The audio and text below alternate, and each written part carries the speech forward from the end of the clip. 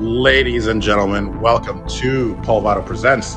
Today I have a very, very special guest, Susan Messing from Chicago. Look at that, she's the first one in here. So I'm going to invite you to speak, and then I'll invite you to video. There's going to be music playing. Don't freak out. Oops, what did I do? Shit. I'm also a little confused here. What did I do? Oh, I made you a producer. Okay. I'm inviting you to speak, Susan. So you can accept that and come up to the stage. And then shortly, I will turn the music off. There'll be beautiful intro music. I'm going to invite you to camera as well. But what I'm doing is I'm doing a little bit of behind the scenes. There's that fortune cookie that I'm going to put all of your contact information and my contact information so people can find us. Okay. So they can click right below us. So Susan, welcome. Let's give the waitbot a little bit of a chance to play. And then as the people are filtering in, and then I'll turn the waitbot off, and then you and I can start our chat. Let me invite you to camera. I guess I should invite myself to camera as well. Should I say turn on video? Turn on video. Oh yeah, because you're a producer. I made you a producer on accident, but say okay. That worked. We did it! You did it. Let me turn off the music. Well, everyone, welcome to Paul Vato Presents. Please share with your friends. Those are real applause from people, and we'll be getting laughs, hopefully. If it bothers you, thank you. If it bothers you, we can turn off the sound effects. Those are actually from people in the audience that are watching, and then this will live on forever.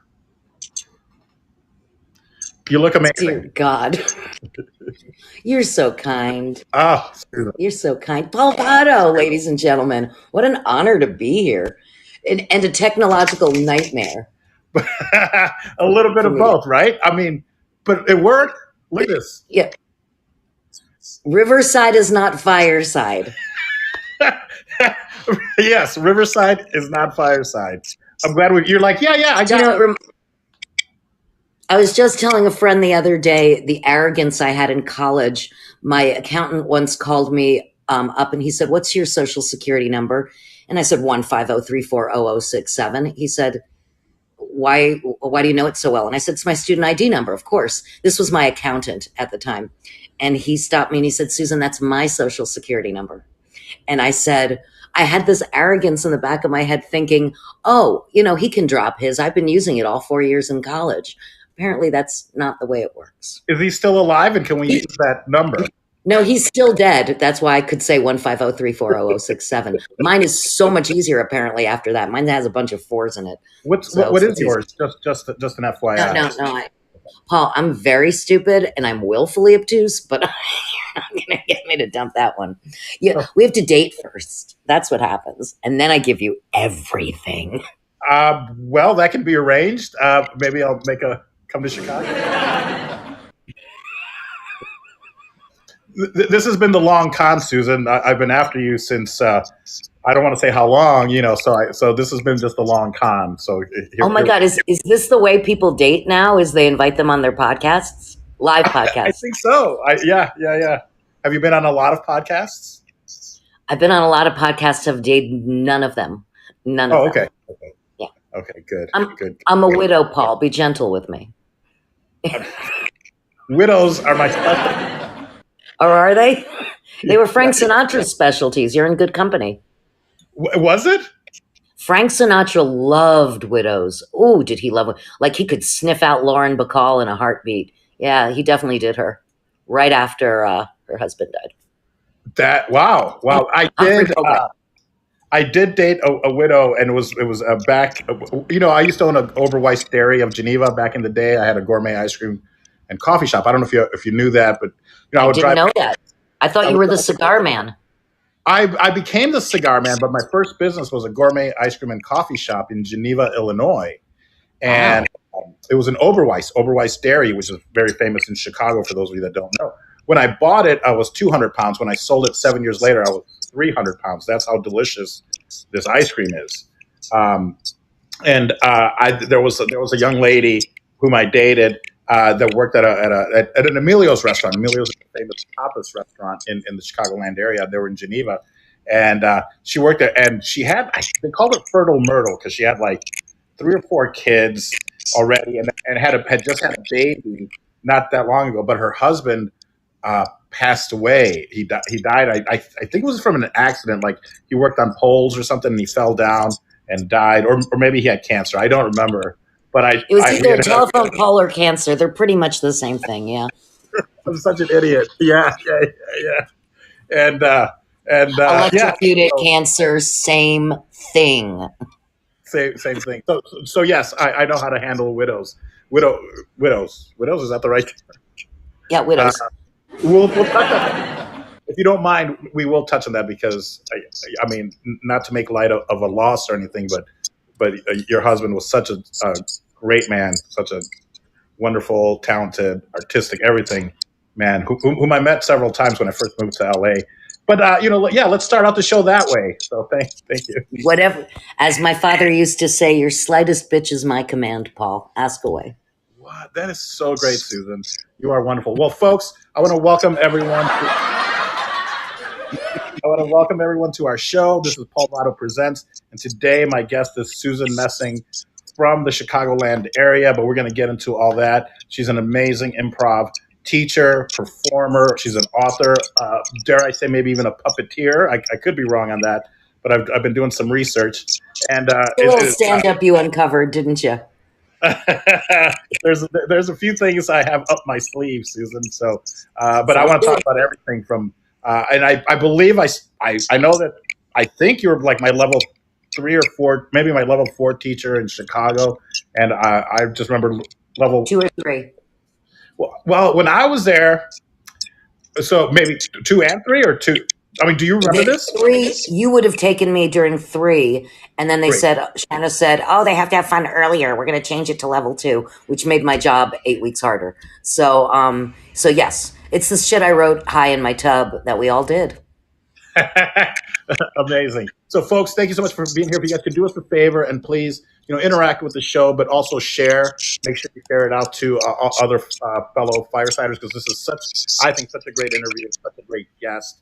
And also, if you want to share it to Twitter and all your other social media, that'd be wonderful.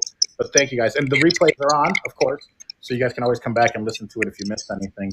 But I guess let's start diving into it. We know each other from the improv world in Chicago. And I believe you were my level 3 teacher because Sharna was 1. Miles, believe it or not, at the time was level 2. And he was horrific as a level 2 instructor. But let me hurry up, and because he's a brilliant teacher. But if you don't know improv, if you've never even been on stage, it was very frustrating for him to teach new improvisers. You could just tell the frustration. He would invite us out afterwards. Like, you can ask me questions, but he would never talk to us. He would order his drink, a shot and a beer or whatever. I learned that from him. But is that what it means, sign language? Like the babies can learn it before English? A shot and a beer. Yeah. He'd come up to the bar and go, and I was like, and then, a shot and a beer. Okay. And we would try to befriend him at the bar afterwards. That didn't work. But now when I had him for level 4, brilliant, because now we knew improv, which kind of touches on what you just said. It made your job 8 weeks harder teaching level 2, right? Well, you learned a pile of rules in level 1, and then I'm the one who does character, environment, and teamwork, all the stuff that gets me off. And I'm like, have fun, and everybody's like, but I don't want to fuck it up. I mean, am I allowed to say a swear on this? Yeah. Yeah. You're almost, okay. You're almost encouraged to. So yes. Sorry, but not sorry, I guess. Right? Sorry, not sorry. Sorry, I'm just reeling so much about my daughter's physical autonomy being taken away that I just, it seems like somewhere in the back of me right now. But it was it was a bizarre thing because when I started, there were only 3 classes. It was at the time, not when I started, but when I wanted to teach, it was just Sharna, Miles, and Dell, and that was all you got. And so, honestly, when I created my curriculum, she got another quarter of a revenue stream. So, but it was also something that I thought was missing in the program. And it's so funny that when I think of you, I never think of you as a student. I think of you as like a ubiquitous wonder. You were just sort of always there. And even when I didn't know you, I knew you. It's a very bizarre community we have. It's become, international and huge, but it still seems tiny to me. So once I know, you know what I mean? Don't you feel like when you know somebody in the community, you're just picking up where you left off? Yes, yeah, and I know we've interacted, through social media over the past years, but not like it was in Chicago, back in the 1900s when we were there. So it's your fault that they added more levels eventually to the curriculum. Sorry about that. It's mea culpa. Right. At the same time, it was really necessary because I think that at least improv, in my estimation, for the most part, is a visual art. And if you're just standing around inventing, it gets really tiresome. You might as well be on a podcast, right? Exactly. So we need this now. We need what you teach in something like this because it's now become a visual medium as well. But it is, yeah. There's nothing worse than just talking heads on a stage, not going to their environment, not creating all that. So that's And wonderful. now I've had to shift to teaching, on via Zoom, and it's kind of fascinating because I'll have someone from Poland or from Israel in my class, where there's somebody from Massachusetts and someone from Arizona and Mexico, whatever the case may be. It's kind of fun that everybody wants to be together, but then you have to figure out how do you make Zoomprov look active and fun and something worth watching. That's been a dilemma of mine, but I'll rip out my hair in large tufts trying to figure it out. So I'll do the dirty work so you don't have to watch it. So Thank you. My pleasure. My pleasure. I'm getting feedback. It might be my microphone because it's only when I'm talking. So I hope it's not bothering the people in the audience. I do. It sounds squeaky, doesn't it? It does, I think. Oh, wait, that's still there. If it bothers people, we can always restart the show. But so folks, send me a message. It's now by mentioning it, it's become almost insurmountable. I'm just saying. So we'll just take it. Maybe if we're really quiet, the squeaks will stop and the mice will go away. Ooh, it almost did. Well, it's not doing it when you talk. Maybe it's me. Maybe I'm too. Oh, there it is. You know what? I think I was too loud. I don't have to scream. It's a microphone right there. Paul Vato, you're a genius. We are geniuses, Susan Messing. That's what we do together. That's what that's improv, isn't it? Yes, and the power of yes, and. I have a friend who just who just said to me that they were eating an ice cream called Turkey Hill, and when you were talking about Oberweis, and I thought Oberweis sounds kind of, I don't know, Swedish and wholesome, but Turkey Hill is not a great brand name for an ice cream, I've decided. No, God, it's far from. When I think of massacres for Thanksgiving and the hill we die on, I can't wait to eat ice cream. Yeah. Brilliant. Oberweis, I believe that they were of German descent and made some of still to this day, make some of the best dairy product, milk in glass bottles. I would sell them. I was at the train station in Geneva, Illinois from 93 to 2000 when I sold everything and moved to LA to become famous and become an actor, and then had to sell cigars to support my acting habit. So you mean infamous, Paul Vato? Yes, infamous. So when you mentioned Germans, though, I have to say, when I bought my house here in Chicago in 1996, there was a crawl space that immediately I put in a ladder so that it would become, a proper attic at one point. And this little Jew found so much Nazi shit. Like, I'm not joking. Because my house was built in 1881, which is 10 years after the Chicago fire. And before I did an extensive amount of renovations simply to make it safe, I found a bunch of shit in the attic. One of the things I found was a pamphlet for Germany in 1934, where they say, our Fuhrer says, maybe 34, 35, says, our Fuhrer says it's never too early to drive our Autobahn, or our Fuhrer says it's never too early to get your tickets to the 36 Olympics. I'm sitting there going, oh my God, the Gutmans who lived here for 65 years were Nazi fucking sympathizers. So that was a hoot. Oh, do you still have that memorabilia? Oh yeah, I have a big like suitcase that was up there too, and I tried to keep anything that wasn't sort of crumbling. You know what I mean? Sometimes that stuff just, that smell of paper that's kind of disintegrated and crumbly. So every time I touch it, I feel like I should probably put gloves on or something instead of going, oh well, lasted as long as it did. But it's there, and I took a peek on Sunday. Wow. Oh my goodness. But can you imagine that? Like this couple. Well, yeah, of course you can imagine. That's He ridiculous. was he was apparently these people kept very close to themselves and very quiet. He was a plasterer and a painter, Mr. Gutman, as well as a like an amateur horticulturalist. So I've got a lot of good, solid base plantings around the joint, which I have to thank him for. For Hitler, I'm not going to thank him as much as I would for the mock orange or the lilac. Yeah, yeah. But you still somehow afford him the respect of calling him Mr. Gutman, Mr. but not Gutman. Yeah. Mr. Oh yeah, Gutman. Mrs. Yeah, Mrs. Gutman died on this floor, the first floor, because I guess tenants lived upstairs. The second part was built in 1937, and down here, I guess this is where the people who own the building would always live. And she died in this room, I think. And when I bought the place, I mean, I'm not a real boo scary person, but I'll take it with a grain of salt. I'll take it with a grain of salt, but I'll take it. And I walked around with a piece of shitty like bodega incense, and just kind of said, I'm not trying to take over the place. I just want to let you know I'm here, friendly fire, yay. So honestly, this has been a very happy house, but I'm surprised that more shit hasn't happened in a bad way. Like if people believe in that kind of stuff. sure. I So don't. never mind the mezuzah. Which is odd because I was raised Jewish, so you would think I would have one on the door and every other kind of mishimash, but I don't. But I think it's also because I keep myself on the Jew roster because there's a loophole that you can question the existence of God.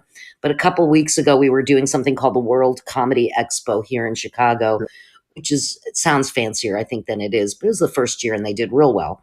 And I was doing a show and I was a kid having my bat mitzvah. And I said, Judaism is, described as many things. Like there's reform, which I am, and then there's conservative, Orthodox, Hasidim, and what the fuck. So Judaism looks like the most severe form of Judaism looks like a massive dose of OCD to me because there's like 613 commandments you have to, from putting on your pants to drinking water or whatever the hell it is. There's so much shit you have to do every day, and if you don't do it right, do you displease your Lord, which is a revengeful. I don't know any of this shit, but it creeps me out. I did go home for Passover, a great time to see my family, and looked at a Haggadah and thought to myself, I believe this. You know what I mean? That kind of weird feeling. Sure. Yeah. Like, this is Yeah. my shit. Like, is it my shit because it's my shit, or is it my shit? Like, my daughter self-identifies as Jewish. I didn't make her get a bat mitzvah. You can do that all, for in your entire life. I didn't make her go to Hebrew school or anything because my ex-husband is a lapsed Catholic, and I didn't want to jam Jesus down her throat any more than I wanted to do, make it all about the Old Testament. So I just kind of try to like keep it chill and my side of the street as clear as possible and let her make her own choices. Wow, that's wonderful. And you're a wonderful mother and a great parent because I've known her since she was inside you. I remember Yeah. when you and Joe got together, and of course I was like, oh, there's my chance. But I figured Joe would still be around. No, I'm just kidding. Yeah, we all thought Joe would still be around. God bless. But if Joe had not been around, then I guess I would have been married to Michael, and he wouldn't have been around. Everything, Yeah, love yeah, is not enough, Paul. It's all in the timing. it is. Yeah, that is so true. Now you said so you went back home. Where did you grow up? Where is home for you? If you don't mind touching a little bit on Oh, that. not at all. I grew up in Short Hills, New Jersey. If you go to the mall, $10,000 might buy you a blouse. It was a lovely place to grow up. I find it to be a highly unrealistic place to live now. And not because it's just because I remember the students had better cars than the teachers. You know what I mean? There was just something really off about it. The guy who owns Arizona Iced Tea lives there, and there were some beautiful trees on his property, and he raised them all to the ground and put other trees in, like for his estate or whatever the case may be. And just in a world of conspicuous consumption and 1% business, it's a little difficult for me chew on and be okay with for me. It's just not a lifestyle choice that I would ever do. But it is, I'm very, very grateful to grow up safe there. Very safe. So that was good. Wonderful. Wow, wonderful. And it's funny because I just saw his home, the guy that owns Arizona, that started Arizona Iced Tea, and for some reason he was trending. Oh, I think people were very happy that he's never raised the price past 99 Yes, cents. that's what it per was. And that episode. it was a picture of him and his two sons or something, that he's worth 4 billion or something. Yeah. Again, once you hit a billion, what you gonna do? Didn't Warren Buffett call on the one percenters to donate everything that they've made when they die or something? I think there's something in the Smithsonian as to some sort of promise that they gave that they would do that, which I think would be really, really nice. Yeah, you don't need you don't. I could live on $1 million a year, whatever. No, I'm just kidding. But But I yeah, mean, seriously. yeah, And for life you could really, yeah, you don't need a lot. When I was forced to stay home, for 3.5 months and not making any money because my store was closed inside of a casino, and at home going like, oh, how am I going to survive? And I'm like, are you kidding? I'm saving money. I've never spent less money because I wasn't out all the time. I would just order food. And it's hard for me to order groceries because then I'll just eat everything. So I'd rather just order food once a day, even if it is groceries, but just to last me that day, because otherwise I'll eat it all. I'm So like that too. I'm like a dog. I'll eat until my stomach explodes if I'm not careful, usually when I'm high. So when I'm not high, for some reason, I'm less hungry. Isn't that weird? Um, that's so weird, Susan. I don't know how that works, but and I will also say this: how much shit do you need? I, I'm being honest here. I have about 4 of these cashmere sweaters, and you're done with one of them when your dog George is all over it. Other Mhm. than that, maybe I rotate 3 t-shirts I like and 2 pairs of sweatpants and just change the underpants and bra. So I mean, even now, I remember when my mom retired and her getting rid of all of her suits that she used to have to wear for managing lawyers, and gave them to organizations that helped women get jobs. And she hasn't worn even a dress barely since then. You know what I mean? She just wears jeans to do pottery in. And I just can't see. I can't see. Even shopping was weird. I had to go to Baton Rouge 2 weekends ago. I was doing their improv festival there. And I was like, shit, I need a dress. So I went over to Old Navy, and they had this clearance dress that was, it looked okay. It was 19.99. It was that bad kind of Little House on the Prairie look, and I thought it was adorable. Then I wore it and I felt great, did a great show. Afterwards, looked at the pictures and said, who the fuck did this to you? Almost as if I hadn't done it to myself. You know what I mean? Like one of those, I have the opposite of body dysmorphia. I think I'm so fucking hot. And then I see the pictures and I'm like, this is so wrong on so many levels. And you might actually have to invest in someone who will tell it to you straight. So I think it's what Oh, I'm. God. That's so funny. That is so funny. I just went on a clothing rant. Ridiculous. So how did you make your way? And I guess first I'm going to ask. So your mom's around. What about your father?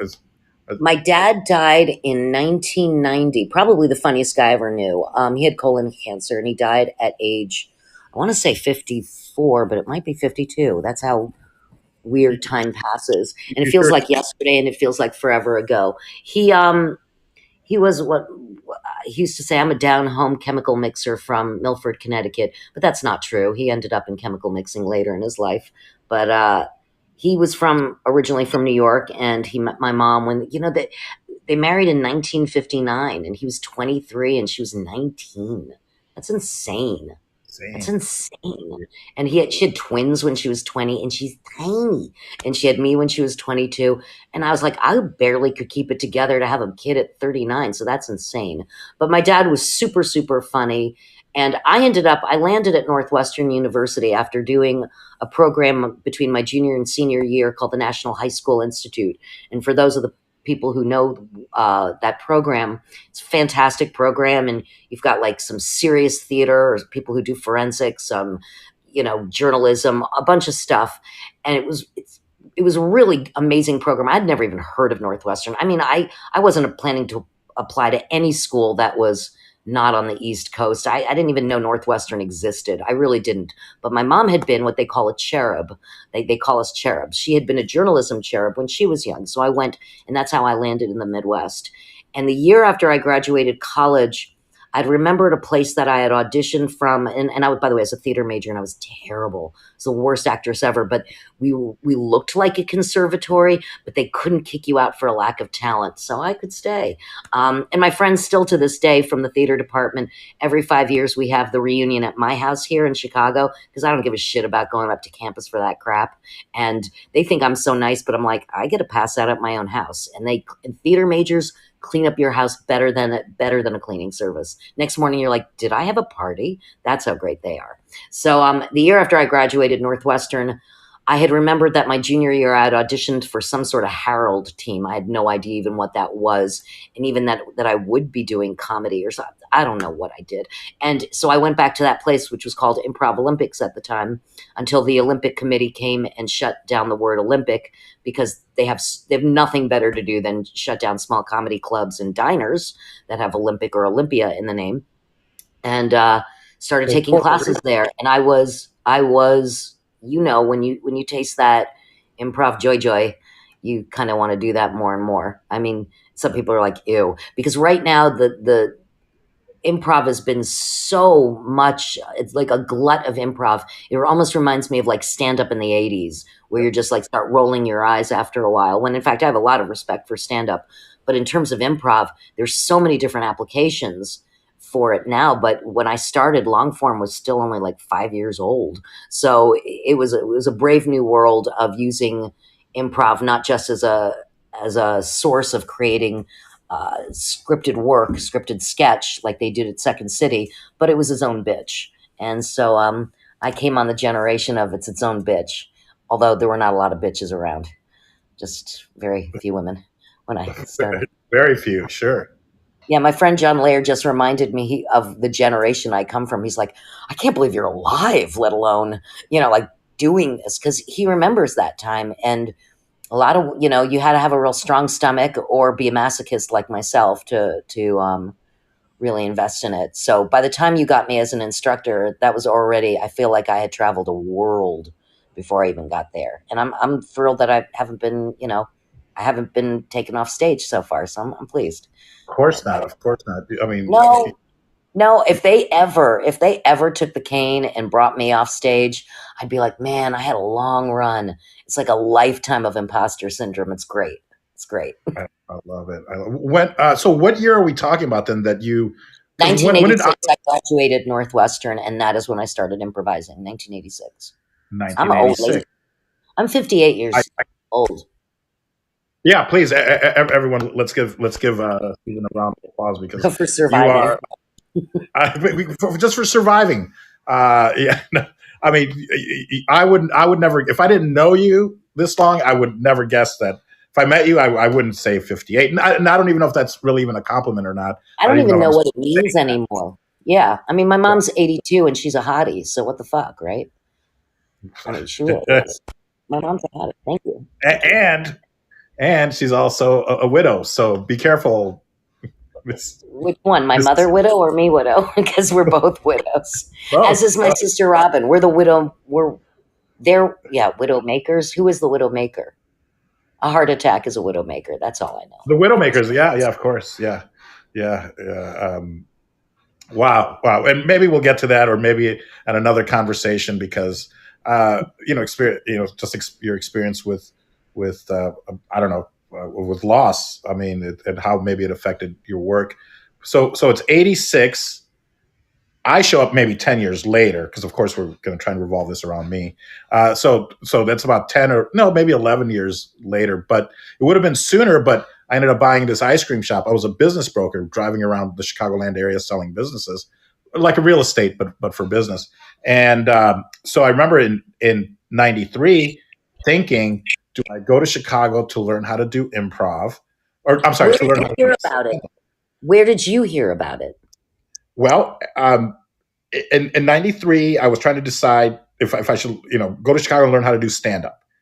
and because that's what I want to do. And even when I showed up in 97, 96 or 97, I still wanted to learn how to do stand-up. And that's what I told Sharna. She was like, well, we don't teach stand-up here. We teach improvisational comedy. I was like, Oh, wait a well, minute. That's your Sharna? Your Sharna's like meow meow. Your Sharna's meow meow. My Sharna's Sharna. Sharna. Well, And I yours say is that to her face too. I'm like, what Sharna? what, Sharna? That's not Sharna. me. Sharna. But I think she was just very, because I'd already paid. I'd already written a check because that's what we used to do back in the day. And I was like, That's right. well, I've already paid. So teach me what you guys teach. And if I like it, I'll stick around. And then I came by on a Monday to watch the Armando show. And I'm sure it was you and like Lutz. And I remember Abby Shackner was maybe the monologist. And what you guys did was genius. I'm like, how do they do this? I go, no, this is what I want to do, not stand up. So it took me a few years from the time I bought my business in 93 to then find Improv Olympic in like 97. I think 96 or 97. And it was And by then a it was called IO. It was IO by then, right? No, I think it was still Improv Olympic. It was Really? I think so in 97, 98. Don't know.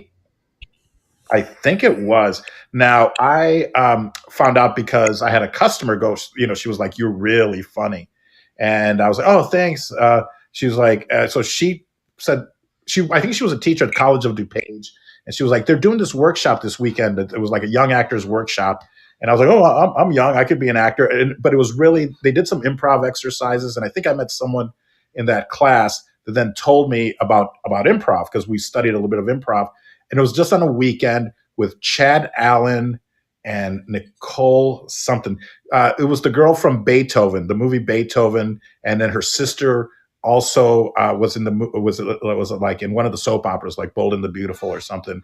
And Chad Allen. So apparently they were the young actors, not us necessarily. So it was a young actors workshop, and there I got this little taste of improv. And they're like, of course they tell you you're pretty good because they want you to come back the next day. And then through there, I think I met someone and I took like a month course or 2-month course in a lady's house, also like around the College of DuPage area. And then there I must have found out about Improv Olympic or maybe the Yellow Pages, I don't know, comedy club or something. I think with, one of the cool things about improv is when you do see, you can see a million horrible things, right? But the minute you see one incredible show that you look at and say, this is magic, like the Armando show you might have seen, it blows your wad. It really does. I remember I think one of the first shows I saw Dave Pasquazi, Tim Meadows, Mick Napier, Dave Rosowski. Did I say Dave Rosowski? It blew my mind. It blew my mind. And they were so in sync. Rich Label was in it. How did they know that?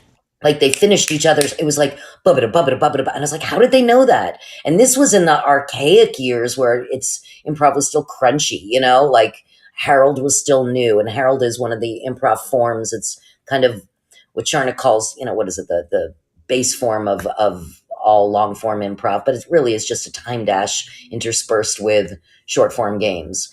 And short form is where you see kind of like whose line is it anyway, for those who don't know. And I hate to make it down boil it to basics, because now when I look at improv offerings, they're insane. Like protagonist-led improv for grief, improv for Alzheimer caregivers. Like it's insane, the applications that people bring improv to. They help people CERN with the super collider folk. Apparently they don't like to talk to each other. Sharna went to CERN. Those are the super collider people. They don't get along very well, and they hold kind of major secrets that could blow up the world, right? So apparently she's like, you all have to get along, Sharna. Yeah, that's Sharna. I worked at Fermilab, which is kind of the equivalent of CERN, but in Batavia, Illinois, because my father worked there. So during the summers, I would work there, not in any... What's that? What did you do? I would solve physics problems. No, I'm kidding. I drove a taxi. It was their hack service because I was barely, probably 8. I must have been 18 because I think you have to be 18. So I would drive the physicists around, and the most horrible, exactly what you said. Like they have no social skills, but they're the smartest people in the world. but they can't communicate with each other. They can't communicate with normal people. They can't give each other credit. They can't collaborate. They get mad. They don't want to share ideas. I'm like, hey, assholes, if you put it together, you might solve some shit. But even when you said to me that you were solving physics problems, this is how stupid I am. I was like, really? Like, you were like, then you said only kidding, but I would have gone on that ride. I am so gullible that people have to use a safe word with me, which is really, and then they have to tell me. It's not funny when you're dealing with some business decisions. But yeah, actually, there's a guy, when my sister Bonnie died, she died of breast cancer in the end of 2017. She left me some money, and my mother suggested I put it with some financial advisor I'd never heard of before. And I said, are you going to Madoff me? And I was just so proud that I was able to use Madoff into a verb. But beyond that, I kind of go, oh, well, you know what I mean? There's something like really smart, dumb about me. So if you want to take advantage of a 58-year-old widow, I'm your bitch. Yeah. Would you mind buying me a flight to Chicago? Let's start there. Okay, wonderful. Sure. Yeah, the power. See, folks, the power of yes and. Yes.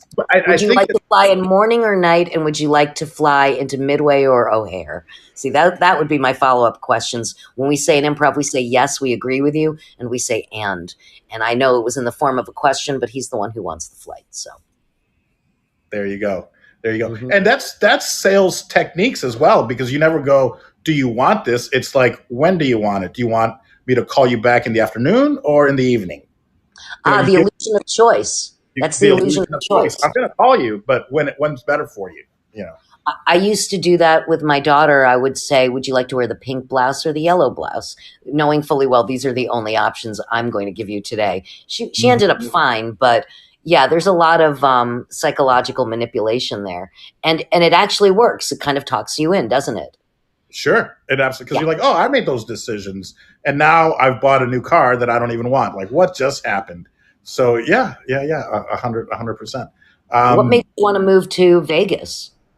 I met a casino owner who loves cigars, and there was a writer's strike going on in Hollywood in 2008, 2009. And it was the bottom of the market. We bought the first property that I bought here in Vegas.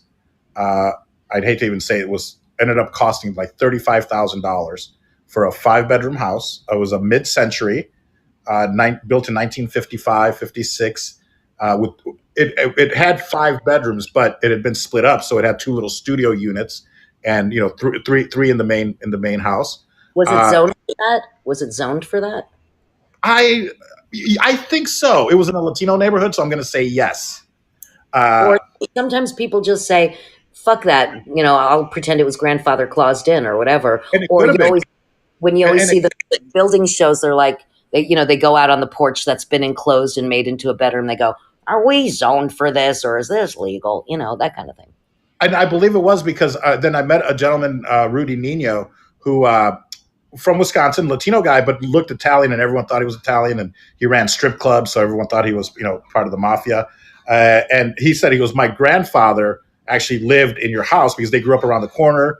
And at one point, I don't know if he got kicked out of his house, but he lived in one of those little studio units. So I would imagine that they were grandfathered in from the 50s or 60s or, from probably later on, maybe 70s, after. Are they're ADUs type of thing? So did you turn it into a single family residence, or did you just ADU the fuck out of it? Part of buying it, because it was listed at 35. We knew that the only way to get it was to overbid. So we bid 42,000 on it.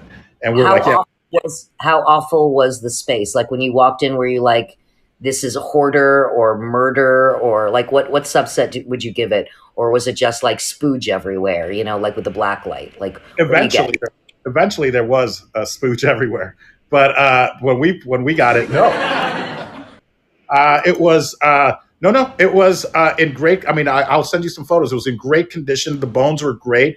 I lived in it. We lived in it for 3 or 4 years before we even remodeled anything, like putting in a new floor. But it needed a new paint job on the outside. I think eventually would have needed a new roof. But it had sold for like $250,000, maybe in like 2006. A year and a half, 2 years before the bottom of the Foreclosure? It I was a don't foreclosure. understand. But Yeah. even, I mean, was it one of those kind of weird auction things? Like how could you get it for so low when it originally was 250? I could see it going down to 150, but I couldn't see it going on to 42,000. 42,000. Well, 35. So we bid 42, and we got it. And then this was in October of '09. So we're like, well, October 1st, we were living on our boat in Marina Del Rey. So then this was with my ex-wife. She was my wife at the time. So then we let our friends stay on the boat and we'd come to Vegas. And then when we're filling out all the paperwork, to give them the money, they're like, wait, are you guys going to live in it? And we're like, yeah, we've moved here. They're like, that's the wrong paperwork. Like, they're like, we're like, well, what's the big deal? And they're like, well, if we fill out the right paperwork, you get a $7,500 tax credit because Obama was doing like a first time homeowners. I'm like, well, I already have a house in Illinois. They're like, no, if you're a first time homeowner in the state, then you get a Oh, $7,500 tax credit. I'm like, oh, okay. Because we also had a place in LA, but that was rented out. It was a condo in Playa del Rey. That was rented out, so we couldn't access that. So so you've then always been kind of a real estate developer as well as like also you're a jack of all trades, Paul Vato. You are the ubiquitous wonder. I think that's from now on. If we put something on your cape, it's going to be ubiquitous wonder. I mean, I grew up in my mom's lived in our house for 58 years. Like she's going to sell it, I think, next year, but 58 years in the same house. I've lived here since 1996 and I can't imagine moving. I'm impressed with your ability to shift and just, I don't know, access and fascinating. wow. Well, I was so impressed that you bought your house in '96. I mean, I'd love to see your place because it is I think such. you'd like it. I think the place was held up initially by a log and hope and spit. I mean, that's the thing is, plastic tile on the walls, no shower in the entire home. And the second floor, it almost like a camp stove. This place was ready to go, but it did have nice bones. But in 2006, I thought, I'd like a level basement floor. That's not much to ask. Only for the lovely Polish contractor Joe Zapora to dig into my footings, only to discover I had no footings. Which meant I had no foundation. And like it was crazy what they fixed in this place to simply make it safe. I mean, it was really bad. So now Uh, it's a bunker. If anybody's in Chicago and the shit hits the fan, I invite you to come to my home. It is a fucking bunker. Everything is like steel and concrete. And I was like, okay, I had no choice because my basement was held up by a log. So oh my goodness. Well, it was built in 1881. We bought another place in LA built in 1888, which LA. I mean, it was when LA was just starting, kind of. So that's about as early as LA gets, practically. I yeah, mean, honestly. 1888 in LA and it managed to survive every beautiful home, or was it like it was like a tiny Victorian home, and I forget. I almost forget what the technical term is, but it was like a very tiny, like 900, 800 square feet. But I mean, that was also like I think had gone into foreclosure. But this was just in 2016, and I mean, the deal that we got, we couldn't pass it up. And it's probably, yeah. I mean, it was just it was and it was a bad real estate agent. He wasn't keeping in touch with the woman, and the woman lived in like Long Beach, and it just was like the perfect storm. It was probably the least expensive house in LA that we could have ever okay? bought. Meanwhile, anybody listening is just listening to us talk about real estate because really that has nothing to fucking do with improv. But look how well we shift. Look what we can pretend we are. Oh yeah. I fix shit up. But I'll show you because I was really proud of, and we did end up selling the house here in Vegas to buy this condo that I'm in right now, and still got a great deal on the house, and then just flipped it up to this condo, which I don't like the HOA and stuff like that. So I'm trying to get out of this, I think. But What what do you get with your condo? Do you have a community pool? Do you have a nice clubhouse? And do you have a high HOA? like yeah, like 350, 300, 350 a month. I don't know if that's high, but Not I that mean, bad where It's you are. not bad because our place in LA, the condo that we were renting out, that was 800 bucks a month. It's probably more. It's gone up now. So you know, I I think that I mean there's pros and cons for all that kind of thing. You don't have to worry about anything on the outside. You don't yep, have to. I mean, there's a lot of joy about that. I guess it depends what kind of lifestyle you have. I mean, I could see myself having a tiny cabin somewhere. I could see myself going to pick up someone at the airport and just wanting to continue to drive to Wisconsin, never to be seen again. You know, shit like that. But you know, I think a lot of people have had a little too much time to sit and think during the pandemic of what they want. And I've never done what I wanted as much as what I thought I should be doing. Does that make sense? Or yep. what is necessary because I need to keep a body alive, you know, those kind of things. So it's very weird to kind of hear, well, what do you want now? I certainly don't want a lifestyle more than I have right now. I think anything else would be conspicuous consumption and gross, especially in a world where there's such a huge imbalance. Um, but I mean, the fact that I'm making my living doing improv is already incredibly bizarre. Um, yeah. And in '96, when you bought your home, I mean, that's how you've Well, I always was also taken. doing a lot more on camera work then, and also a pile of voiceovers. I was like the voice of Montgomery Ward's, which no longer exists, which is like, don't forget your words card. So I could live in LA and pay my mortgage here in Chicago at the same time. It was actually pretty easy. And there were years before my husband got sick in 2018 where I'd teach a pile of improv classes during the week and every weekend tour almost, especially during the summer months when Sophia was at camp, because then I didn't have to worry about childcare. And there was one time I was just telling someone, you, uh, you know those weird foot massagers where you put both feet in, it goes, that kind of thing. I was in Terminal 2 in Chicago at O'Hare, which at the time was, I mean, the pit. It was the worst. But they had one of those what are those places where they sell headphones and places like that, like things you don't need, but Sure, to see it you need. Uh, so they had one of those foot massagers out in the hallway to kind of entice people to come in, and I sat in that chair and I couldn't get out of it. And people were walking by me, giving me dirty looks, like, we'd all like to take a chair, a little spot. I ended up buying it because I felt like such an asshole. But it was one of those things where that just kind of exhaustion of, I'd never traveled so much in my life and, got on planes every week like so many people do. And it was crazy. Although I have to say, getting on a plane was super fun the last couple times when the people next to me don't wear masks. That's so much fun. I really appreciate the fact that whatever they have, I'm going to get to. Although I'm sure. wearing a mask, so they won't have what I have. It's just really, it's a nice way to share. Sharing is caring. I did make friends, though, with row 25. I made sure to say to them, you guys, we're the best row. And so even when she started talking about abortion that can happen after birth, I was like, that's not possible. That's called murder. But Murder. what I would immediately go back and go, row 25, we're the best. So we don't have to have a complicated political discussion with people who know nothing about science. It's so much fun. I love that. I've bought everyone in my row a drink and gone like, "This is the party row, all right." Yeah, Like, you just always have to make friends with your row. you do. We're the best row. I love it. Yeah, row 25, best row.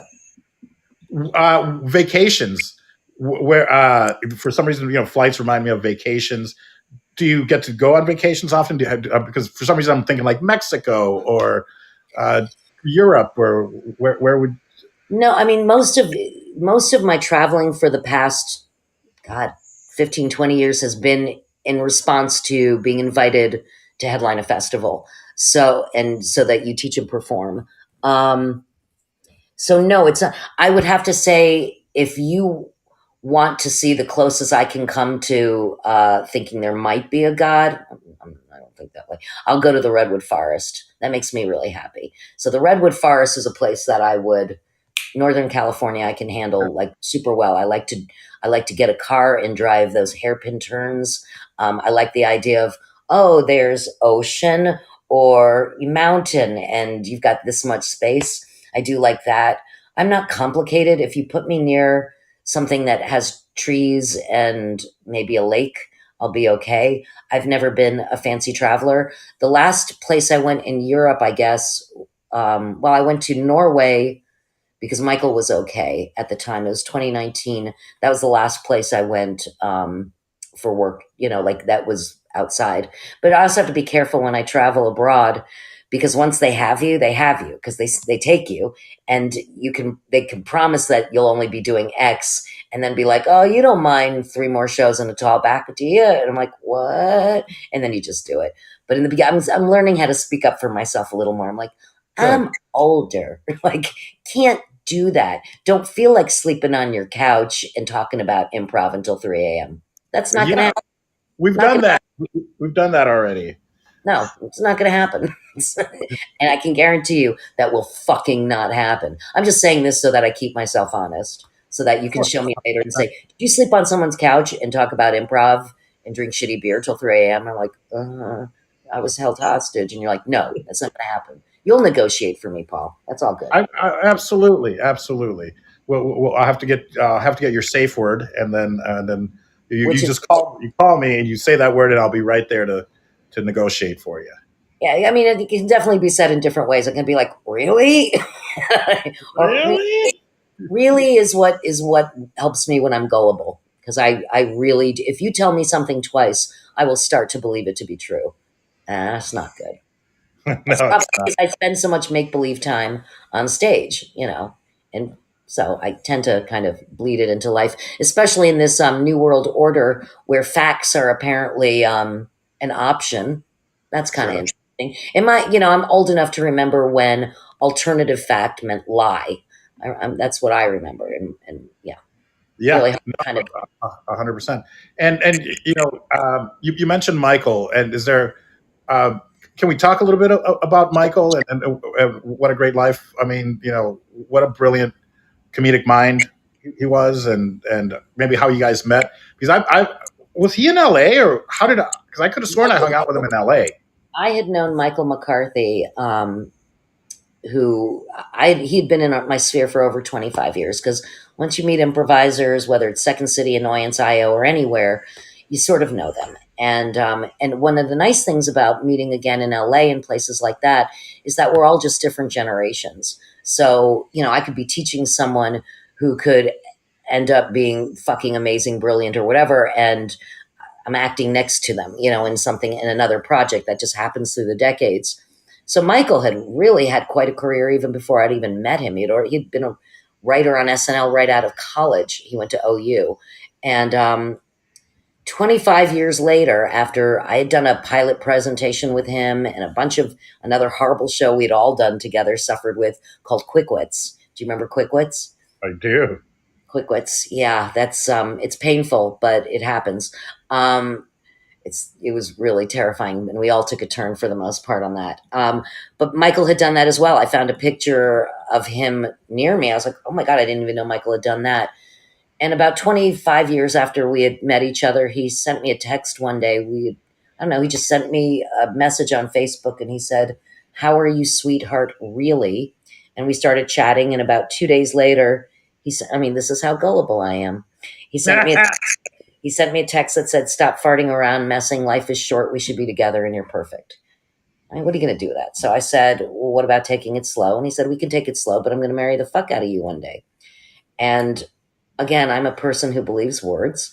And there was a part of me that would be like, I'm an idiot if I don't date this man. I don't think I asked some questions that you probably should ask as a human being, but that landed through a solid 8 years of marriage. He actually left Los Angeles as he said, to teach the kids the dick jokes at DePaul University here. I think he was really happy in Chicago. LA can really beat you up sometimes. And he certainly could have done the exact same thing. But it was exhausting, I think, mentally for him. And so I think he was glad to sit on a porch and have a family unit, me and Sophia, because we're a tag team. We don't, you don't take me and not her. And he was a fantastic stepfather. And he was a really good partner. And then he got sick in 2018. He was diagnosed with a glioblastoma in his spinal cord. They see glioblastomas in your brain every 1 to 3 weeks. They see them in spinal cords every 1 to 3 years. So they tried to treat it as if it were like a glio. God, I've never said that. I've only talked about this once. They did everything they can, and they gave him a longer life with a better quality. And love is a verb, so I nursed him, and then until he got to die at home. He died upstairs, and yes, I put more sage and shit around there, going, Michael, be kind. Um, Yeah. and then it was a far more complicated grief than I thought it was going to be. First of all, because it was grieving in the middle of an international pandemic, and if anybody has lost any friends or family or loved ones, certainly during this pandemic, it's been an odd way to grieve. I can say that. You had a Zoom memorial, or nobody could come to the funeral, or whatever the hell it was. It was lonely in some ways, because for me it was a complicated grief. I found out some stuff after he got married that made me confused, and I had to figure out by myself, because he left 50 plus boxes of everything he'd ever written. So as I went through it, I was discovering about a man that I didn't know, before me. Gentlemen, if you want your wife's legacy, if you want your legacy to be easier on your spouse and all your loved ones, I highly invite you to clean out your closets and keep your side of the street super clean, because it will make grieving for your partner easier. Mine was a lot more complicated, and it was difficult for me to remember at certain times, like my love for him, because it was rough. But I got through that, and maybe that was where the pandemic was good, because nobody could see me grieve. Because again, it was complicated. There were days I was railing against him, and days that I was weeping that I missed my husband. It was very weird, very complicated. But it was also because Michael was a complicated man, and he seemed so simplistic. And your vision of Michael is correct.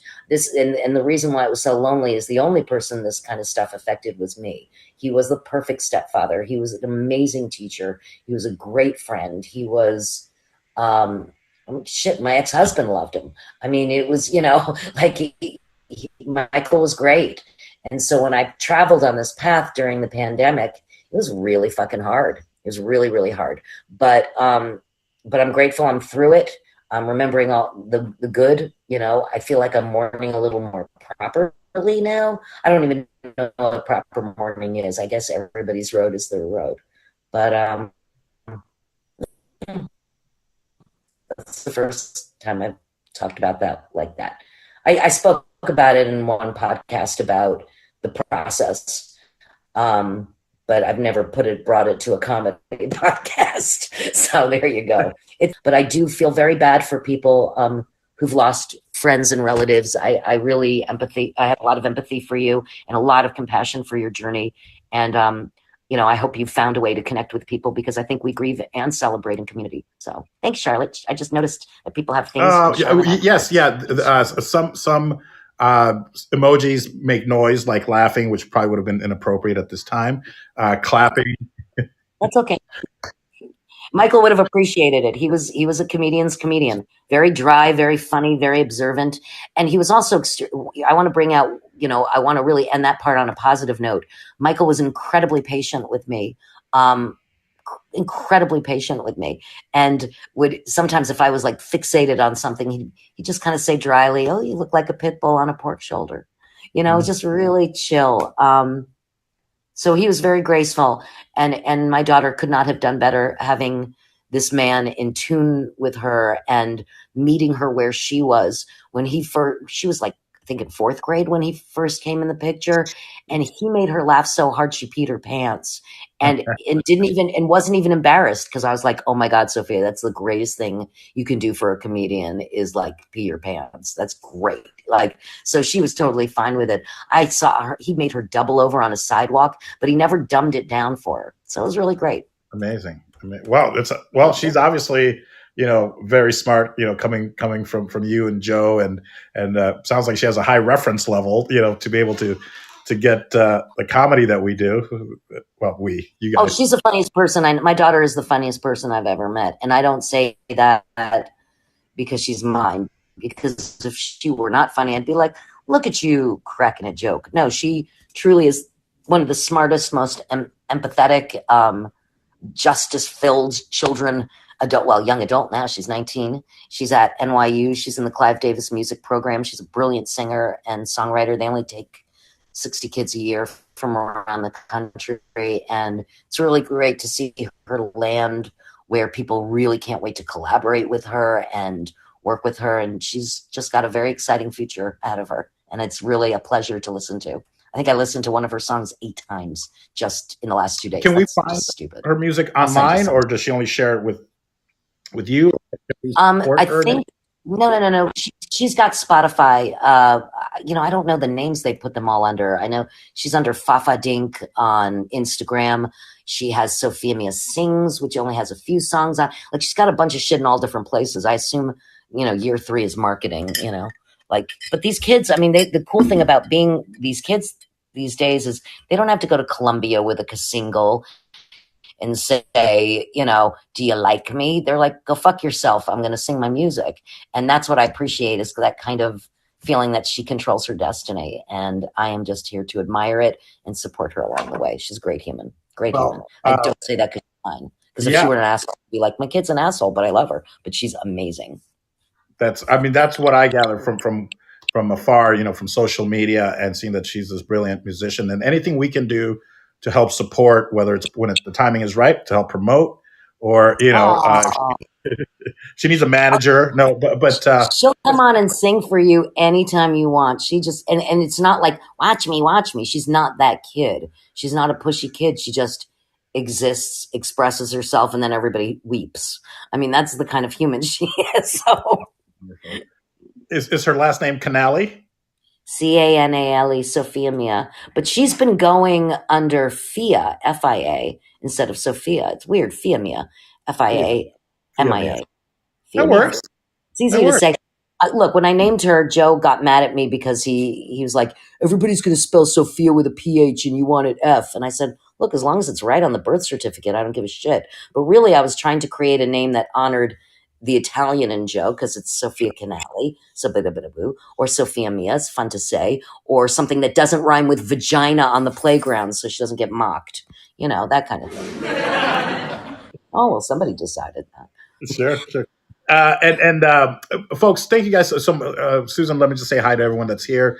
Thank you guys for being here. And there was a message that said that Michael is missed, and he was a wonderful person. That comes from Martin Faraday, who's also a Chicago improviser.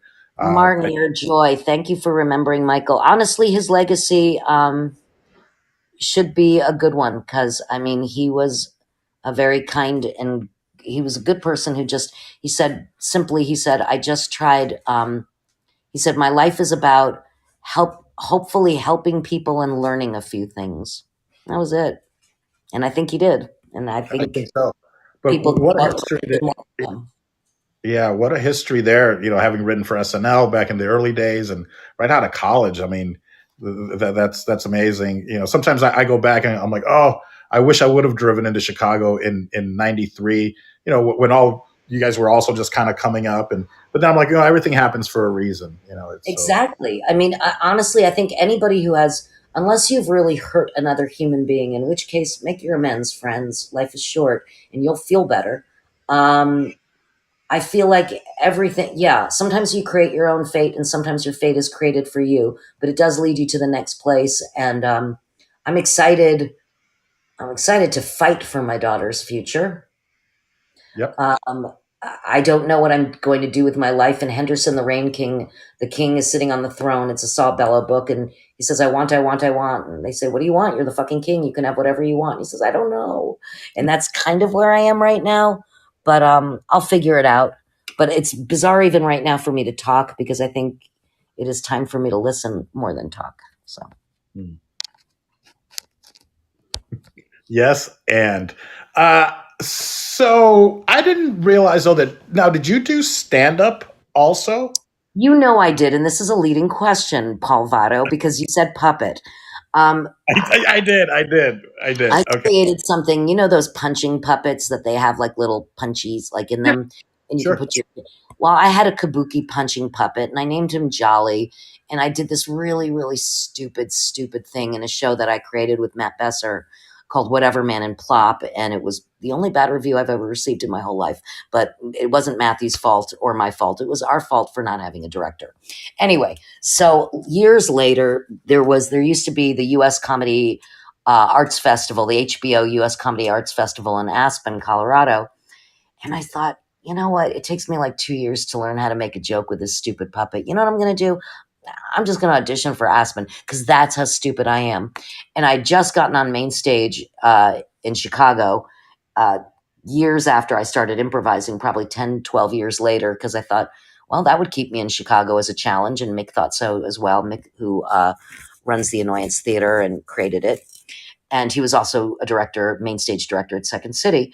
So I was there and I auditioned with this stupid thing that I didn't think anybody would like, only to be accepted into the festival, which was really, again, very, very stupid. And I almost put it out of my mind when I even got the call, because I was at Second City when I got the call. And I remember Mick saying to me, you don't talk about other things you do while you're at Second City. I had this Judy Blume show running in Chicago that was getting rave reviews, but I'd never didn't mention Aspen. I got the call and I just went, oh, that's nice. And like went back into rehearsal. I didn't even think about it. And from this, I was in the alternative stand-up showcase. And I think it was maybe 1998. I don't remember, 1998 maybe. Or is it 2000? 2000. And Zach Galifianakis was in my thing. Greg Proops was hosting it. And they said, you have 8 minutes. And I said, oh, no, I only need 6. Almost like looking at other people like, does anybody need an extra 2? You can take mine. I didn't realize it doesn't work that way. And it worked incredibly well, my bit with my punching puppet. It was a masochistic kind of thing. It worked very, very well in Aspen.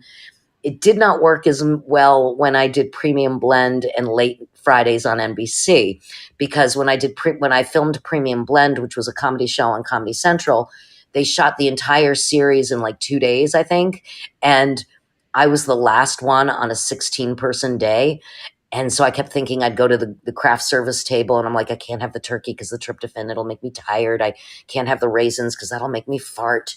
And they said that they would move the audience, but they didn't recycle, like they recycled it by putting the people in the back and the front. So these people had been sitting there all day. They were also in Westwood, California. So they were all like UCLA students, and all the, real comedians, the real honest comedians who had toured all around the country and middled for 7 years in Iowa and shit, and now have their big break, are looking out there and they're like, oh man, they're students. Let's pull out my student loan jokes. And I'm like sitting there sweating, thinking, it takes me 2 years to write a joke for this fucking puppet, because that's not what I do. I just make shit up and run. That's what I do. I fart and run in my work. And so to do something that's product is killing me. So I did get out there and I did it. And at the end of the set, I'm supposed to kind of crumble. And Harland Williams, who was kind of hosting the night, kind of gently leads me off. And he was like, man, that was brilliant. That was brilliant. Meanwhile, though, crickets in my own personal Hollywood Bowl. Nobody's laughing. Nobody. They're exhausted. It's the end of a fucking long day that they've been forced to sit in their seats and only change them once. And I felt terrible. And because the producer said, that was brilliant. We'll sweeten the track and it'll be brilliant. And I said, what's sweeten the track? They said, we add laughs. I'm like, oh my God, you're adding laughs to comedy? Like, I felt like the biggest loser. And then later on, I did something called Late Night Fridays, which was sort of a repeat of the same thing. And then I put up my stand-up spurs. I will go back to stand-up. It is something that is kind of getting me, but I think, but I've always done stand-up persona-based. So I think that doing something as first person myself might not be protected by comedy because it might be too angry. So I'll have to see what I revisit or if I make up something new. But I will, by saying this to you, I will make this happen. I will ultimately do stand-up again. You know what? Maybe we can tour together or something, because I've done stand-up maybe 5 times. And the excuse has always been like, well, I don't really have a point of view. Making all the excuses, but also that I love improv and it's not improv, and so I love the art form of stand-up. And so yesterday I interviewed Butch Bradley, who's a Las Vegas headlining comedian. And I think we're working on a show here where he's going to take, so maybe you can join us, where he'll take my stories and then go like, yeah, that's funny. They call them hits. That's a hit. That's a hit. So every time, you get a laugh, that's a hit. now we craft it this way. So if you're interested, maybe you can I'm join. very interested, but I will tell you this: it's a different way to access comedy than in improv. In improv, it's not the goal to say funny shit; it's the consequence of commitment and recommitment to your choices. It like pulls out comedy through like almost osmosis. Whereas stand up and stand up, TED talks, essays, whatever. If the you know But I mean, if you have a goal of comedy, you better fucking have a goal. And I've never even heard the word hit, so now I know an inside thing. Yeah, I got a hit. Yeah, I got a hit. So every time you get a laugh, that's a hit. And now, of course, you trim away the fat. But you're exactly right, because we don't go for the comedy. We don't go for the joke in improv. We don't go for the joke. We have to play the moment. And even if anybody's ever done a play and you've kind of like, that there's a funny line and you kind of hit it and the audience doesn't laugh, so you try next time to hit it even harder and you're like, fuck this audience, or that kind of thing. Your director will probably look at you and say, you're playing the joke and you need to go back and play the moment. You don't get to decide what's funny, your audience does. So, and my whole thing is about protecting content so that people can laugh, because I've heard about that Netflix last week, this whole Netflix comedy showcasey thing all over LA. In LA, yeah. This is a joke. That's what it's called. Netflix is a joke. Chappelle had like Vanity Fair had reviewed it and they said Chappelle had a weird set even before he was attacked, and other people just like, it's very weird what people can decide is funny or not. And apparently he and a bunch of people left the audiences more confused than delighted. But it's hard to read the room, and it's hard to play it in a place where we can all relate to, Sure. Yeah, and then when you're performing at the bowl there, the Hollywood Bowl, my goodness, it's I think that's where it happened. So it can't be easy. So I don't know what happened or what's been going on. Question: do you have you tried LA? Did you ever come out to LA besides for years? Okay, for years I went back and forth. And I remember thinking maybe my goal is to see if I can be an artist in LA. But LA is a city of product, and there's nothing wrong with it. You know what I mean? I like LA a lot. I miss my friends. I love my friends in New York. I love my friends in LA. Chicago was the epicenter for the kind of comedy I do. And it all sort of burnt to the ground at the top of the pandemic, not just because of the economic problems during the pandemic, but because of the George Floyd and Black Lives Matter, and a lot of marginalized groups who have felt absolutely marginalized, and rightfully so, finally felt that people might actually listen enough so that they can get their ideas out there. So we have a new world here that, IO is just coming back. Sharna sold it. Second City is sold. They've got new owners, and it seems like they're just run by HR right now. I pretty much told them that I'm kind of known as Switzerland for our world. That's what Second City coined me as. And I contacted them and I said, for a building that touts that they do fearless comedy, you don't want to be a building of fear. But I'm still looking at them with stink eye, hoping that I can honor a building that I always have honored as an alumna and as a fan. It remains to be seen. The Annoyance, thankfully, which is one theater that I am involved with that I love very, very much as well, they have managed to stay afloat purely to the incredibly hard work of Mick and Jen and a very small staff. And I'm really impressed with them as well. And they've made themselves a home to a lot of people. They sort of escaped some of the worst of people's criticisms, which is, helpful. So we'll see where Chicago goes. I think a lot of people who have felt marginalized and treated like shit, some of them will start their own theaters, and I wish them very well. And I applaud them very much, because I don't care how you start something. Sometimes it even just starts out of anger, and it might be brilliant, or they might start having a little more empathy for people who are holding purse strings in other places. I don't think anybody is wrong in their feelings toward anything in this community, and I can't convince anybody otherwise anyway. It's just, I can just become a better teacher and performer as well. We all can. And better. I think that's wonderful, because I never felt, exclusion, or I never felt like, but who knows? And it could be like, I just didn't let it happen. But I started Salsation, I think maybe anger is a strong word, but I remember getting a phone call from an intern going, if you don't take another class at IO, we can't guarantee that you'll be on a team. On a team, And and I you was think, like, well, "Fuck you, I'm not feeding into that system anymore. I want to do something." Right. yeah. So I was just like, well, I go, and I asked the person, I'm like, well, what class can I take? Because I made a mistake. I never took NOAA because I signed up for Dell for 5A. And then they're like, okay, now 5B, you take Dell. And I was just like, well, I just took, and then I just shut up. Like, okay, I'll take, so I was like, I'm going to take Dell twice. I'll go back and take NOAA some other time. And Oh no, unfortunately, I never no. did. When I started, when you finally got Dell, you took Dell for perpetuity. That's Yeah. what it was. And yes, Sharna would threaten to take you off a team if you weren't paying for classes. But after a while, that sort of slipped away. Like, I don't remember being on Blue Velveeta, which was my team, and ever having to pay after a certain point. We were the house team. So, Well, and that's the thing. I was never really, I don't think I was ever on a house team. Man, I don't remember. It's been so long. I just like to hang out there on Monday or Tuesday nights when do you remember we used to play Hearts? Canali yep. was one of the players. I even formed the UHF, the United Hearts Federation. We had a newsletter. Chin had something to do with that. Jason Chin. He was Of a course. big gamer. Yeah. TJ probably. TJ likes to Yep. bet on stuff. Yes.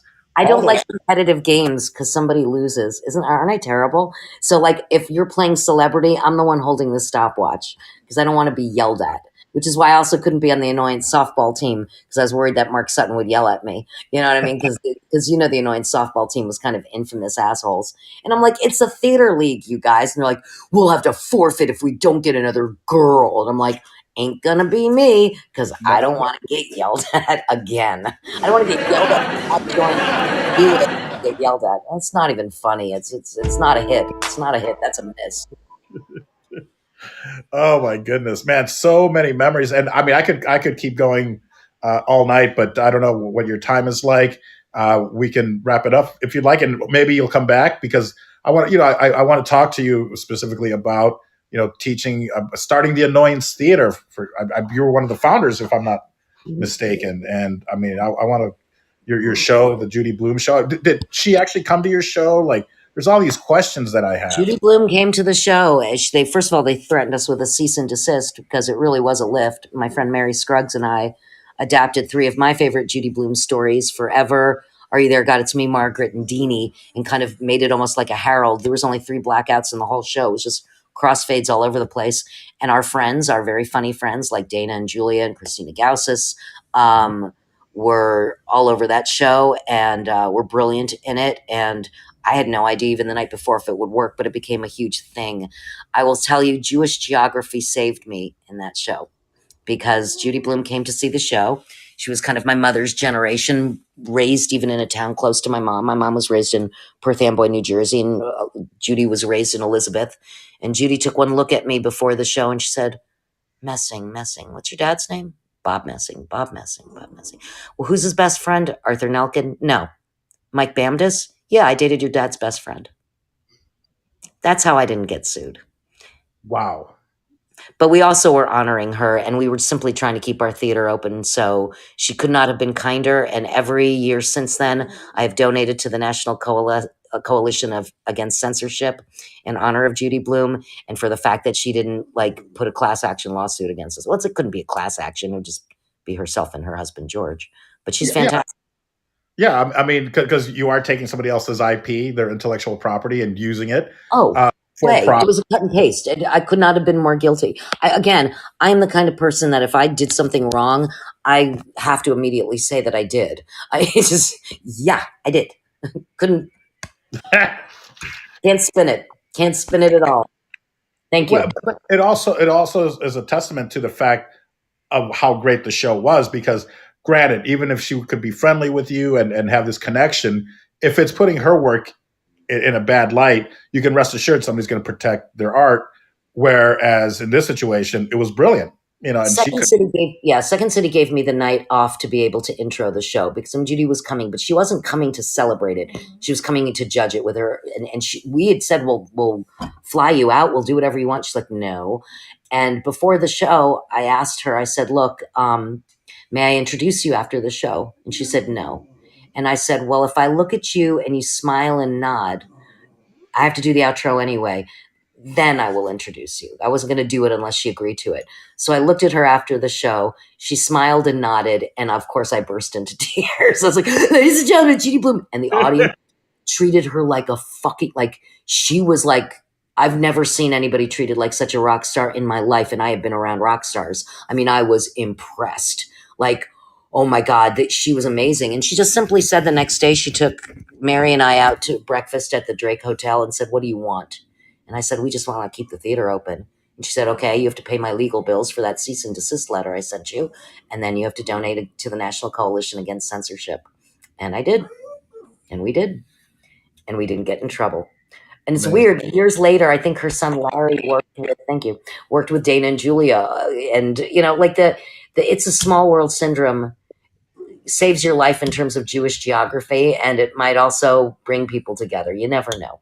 But I've always been very, very grateful to her, because I certainly didn't mean to demean or vilify her. This was not a funny, like, the only thing we changed was that we were playing it seriously, kids as adults. That was the only thing we really changed in it. So Sure. yeah. Well, that is brilliant. That's amazing. It just brought back so many memories. I mean, even with me with starting Salsation, and it's going on 25 years, which, if you Can know, you believe? Congratulations. That's any improv group, incredible. that's incredible. I mean, 6 months, most of them last 6 months. I mean, you know, maybe a year. So to have an ensemble last to almost 25 years, but that's, I think, a testament to Chicago, to the work ethic, to being at the right place at the right time, and having you guys that kind of brought us all together. And that's why I never felt, it wasn't like, it was kind of like, well, there are no other Latino groups, but I wasn't going, oh, they're trying to keep us out. It was just like, well, Horatio's off to SNL. Armando, at first I didn't even know he was a real person until I finally met him. I didn't even know if Del Close was a real person. I was like, I've They're never all met real. him. They're all real. They're all real. They're, one of the things that I think, sorry, I'm moving, and you just learned something, that people don't watch words, they watch movement. But my dog needs a squeaky toy, and her small, there you go, now I could eat. Something Pavlovian in her, I have no idea. But I think when you see a need and it just won't leave your mind, you're right. You know what I mean? That's when I create, it's because I'm compelled to. Not because, oh, I have to just do that today. I'm compelled to see an idea through fruition. And most of the people I know who've done things that I greatly admire feel that as well. And the fact that it is still there 25 years later is telling you there is not only a need for it to exist in the beginning, it's a need still now. And I think people are like, well, why can't people all just play together? I'm like, well, there are reasons why some people feel more comfortable playing with other people. You understand references, you understand cultural choices. And I'm not saying that it wouldn't be great if we all had, a beautiful integrated way to work as well, but I'm certainly not going to poo-poo anybody's desire for a more comfortable creation space for them. That's for sure. Wonderful. Amazing. Well, what about the group Jane? I mean, I remember. Sharna acted like she invented girl improv, chick improv in that sense. Look, one of the reasons why, we had very few women. I remember and not that the guys were rude about it either. I remember to have a woman on your team at one point was a coup. That's how early it was when I was there. And that I know that the guys on my team completely honored me from start to finish. And I would not be here today if not for their love, support, and expertise, and an ability to teach me how to play with guys. And the same thing goes with the Annoyance. At one point, the Annoyance really was 50-50, though. And I was like, wow, the power of women, so I get it. So yes, in the 90s, a team came out called Jane, and they're amazing women, and Sirens, and a bunch of they're all female things. Right. I think the thing that I believe is that everybody should learn how to play with anyone. They can play with whoever they want to play with, and that is their absolute right and their comfort level. But I would hope that we would know how to play with everyone. That's all, because I have to do a pickup show with people I've never met. Even when we were in Sweden, I was doing a show, and two people were speaking in Hebrew, two people were speaking in Italian. Matt Barham and I were speaking in English, and then I think two people were speaking Portuguese. and it worked out lovely. You know what I mean? Like we didn't even understand each other. Perfectly fine. So I know we can make it work. Sometimes we have to put our ego aside, and sometimes we have to be kinder to other people, or whatever it takes for us to meet each other where they can meet. Um, you know, I wrote a book about improv years ago that I'm grateful that I didn't publish because it was hateful. I would have been, my name would have been Mud. I'll just self admit it at this point. But I mean, I was so sick and tired of people complaining that like, for example, my essay on women in improv was like, tell it to your drumming circle, go fuck yourself. Like I was so Yeah. horrible. I was so horrible because I was trying so hard to fix a victim mentality, but people are victims and then survivors for a damn good reason. And women would come up to me later and say, I don't want to be mauled on stage. And I'm like, you're right, you shouldn't be mauled on stage. And then I realized, oh my God, I gave it up for comedy for so long that I'm completely anesthetized. It's like people who have breast implants because of like cancer. And so they've had their boobs completely removed. They've got breast implants, and you could probably like take a pin and put it in their boob and they would never feel it because I mean, that's how bad it got for me. And that's a horrible analogy as well. So I apologize to anybody with implants for whatever reason. Thank you. Is that how we're ending it? No, we can't end it that way. Well, Your we friends can't. have been very kind, the ones who have stayed before rolling their eyes in disgust and writing my name on a small piece of paper in order to report me to the new thought police. I don't know. I would love to read your book. Oh, it's bad. It was bad. It was mean. It was simply mean. And I guess I can look at it as a kind of a mark of where I was in my life and my frustration. But I'm really glad it's not here for the general public because Yeah. it was hateful. Rachel and I, though, Rachel Mason, who's now the Sure. new education director at the IO in Chicago, the new IO in Chicago, and I'm very excited for her and her journey there, a job which she will be brilliant at. She and I have these two characters, Nadine Cancel and Barbara Flick, and we teach people how to improvise right, where there are very few options. Even in the initiations you can do in scenes, the only the pre-show game you can play is zip. It's not zip, zap, zap, it's just zip, and it's at the same time because always go first happens. So there's a big competition there with us. And Barbara and I are lovers, and we have written a pamphlet, and it's hateful. And maybe we'll publish our pamphlet because it's really mean, and that's based on Barbara and Nadine, and has nothing to do No, with of us. course We're not. just conduits. These characters. Maybe we can talk a little bit about where people can see you, because I think that's part of it. That I know that you guys do a great show, I believe, on Friday nights. It's We usually what, do. 6? Yeah, we do a show on the Twitch channel, which I thought it was a gaming place where you just shit talk people who are actively gaming. But apparently, you can shit talk us as well while we do a show called High Society. It's kind of like if I had to pitch it to a network, I would say it's The View if it were co-ed and people were on edibles. Because that's exactly what it is, I think. Well, so I pitched it. I pitched it well because that's what it is. So we're just kind of chitty chatting. Rich Sohn and Neil Dandity and Rachel Mason and I every Friday night at 8 p.m. Central. Mhm. So that's been a fun show to do, and but that's Zoom, and it's Zoomish and fun and all that good stuff. I'm kind of dipping my toes into the performing world. Like I did go to Baton Rouge, and I know at the end of June I'll be in Bozeman, Montana, and I will also be in Cincinnati in the beginning of July. I'm just like in the Detroit Improv Festival in August. There are just kind of things are starting to kind of tinkle in uh, performing and teaching. It's just starting to tinkle in. I was teaching a walk-in class at the Annoyance every Monday night on Zoom, and that went really, really well. And they're just kind of reconfiguring new ways for people to sign up for it that's less hateful. So we'll be back probably in the summer, and maybe my entire life will change by then. You never know. So You Susan's a nun. Did you hear it? That kind of thing. It might happen. Oh my God, did you think Susan was abducted by aliens and really came back and was anal probed? No, serious. She's like on all the news shows. You never know. You never know. We'll see what happens. Yeah, I might be able to, by the time I see you next, I might be like, look at what I can do, Paul. I can swallow my fist. I mean, I don't know, Paul. I don't I would know. love to see that. I would love to do that. That's Can't wait. a whole different kind of fisting. That's just called stupidity. Yeah, yeah, yeah.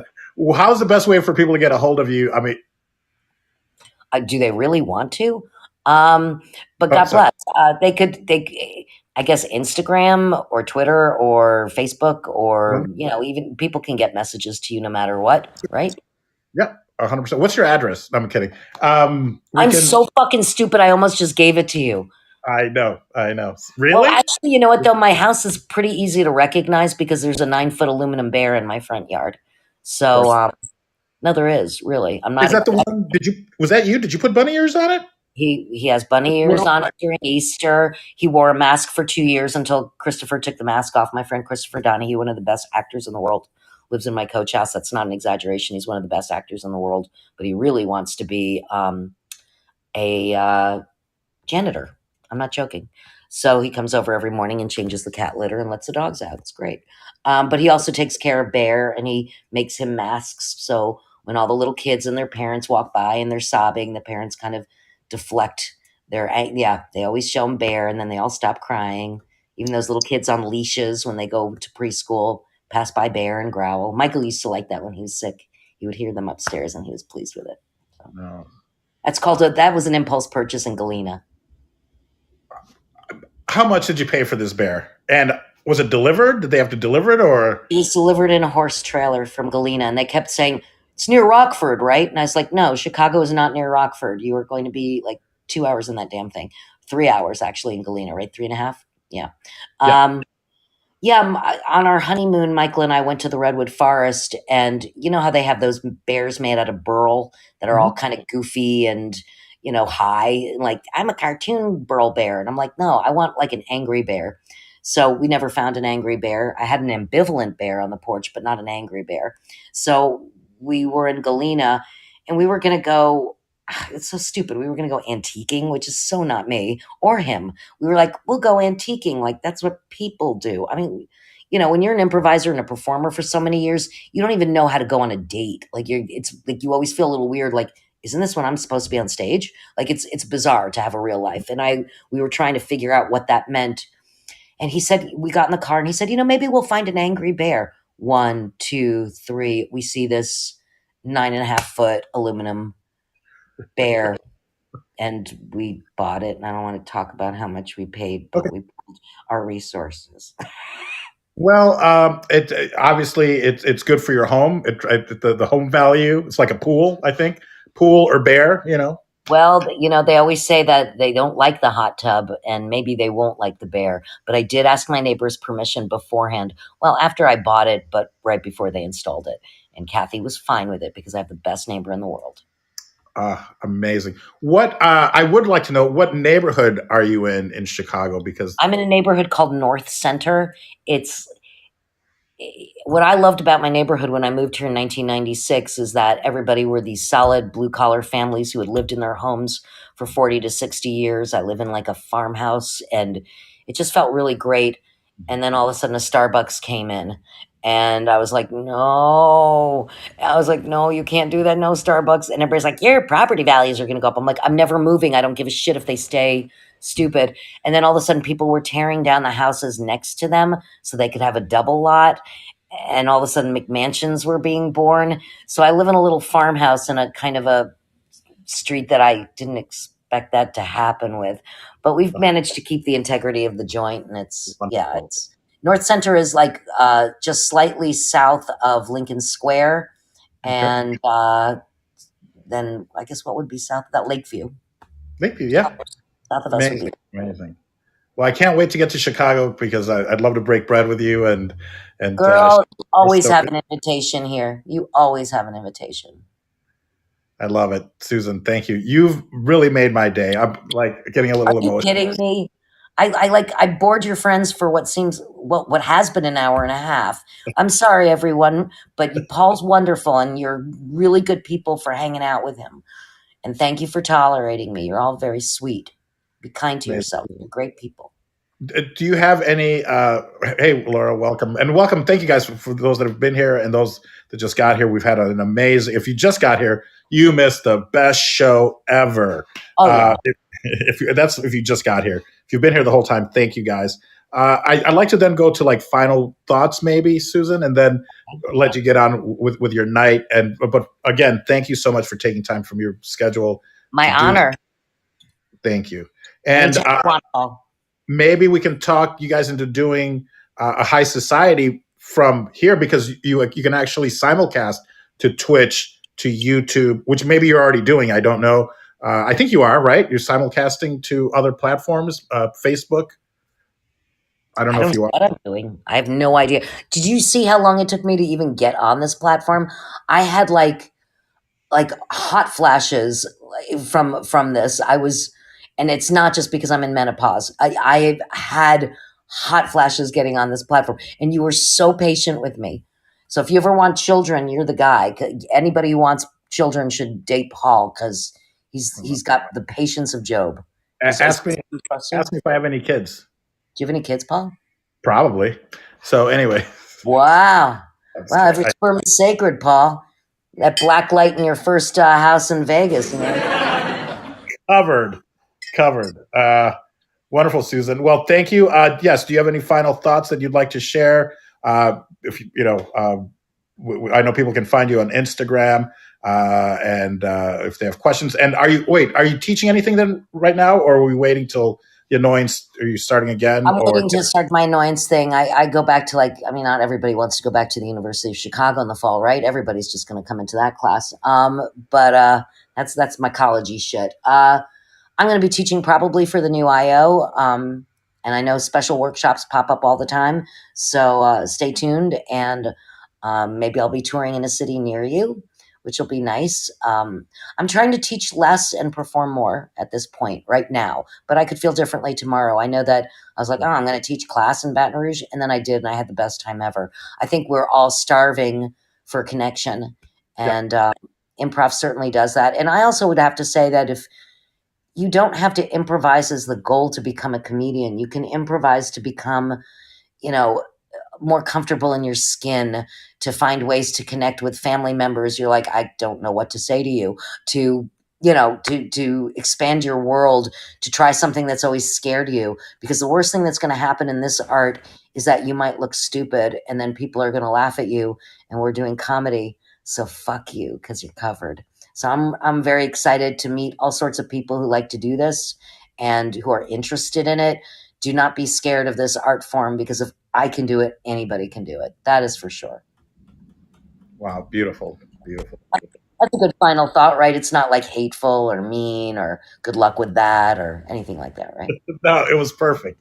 It was so perfect. And you've encapsulated really what improv is.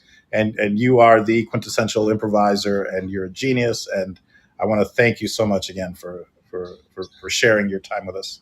Paul, I love you. I mean it. And I hope we're in the same staggered homeroom next year. And thank you to your amazing cadre of great people who are interested in pursuing this conversation as well. So I'm grateful. Wonderful. I can't wait to have you back. So Susan, thank you very much.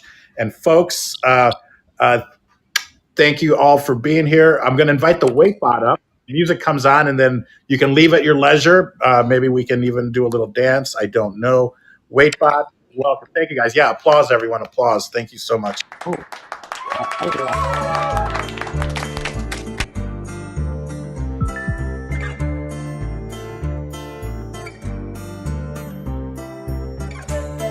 Is it? Martin says he loves you, Susan, and thank you, Paul. So thank you, Martin, and thank you for everyone that was here. Thank you. Thank you, Martin. Thank you, everybody. You're so sweet.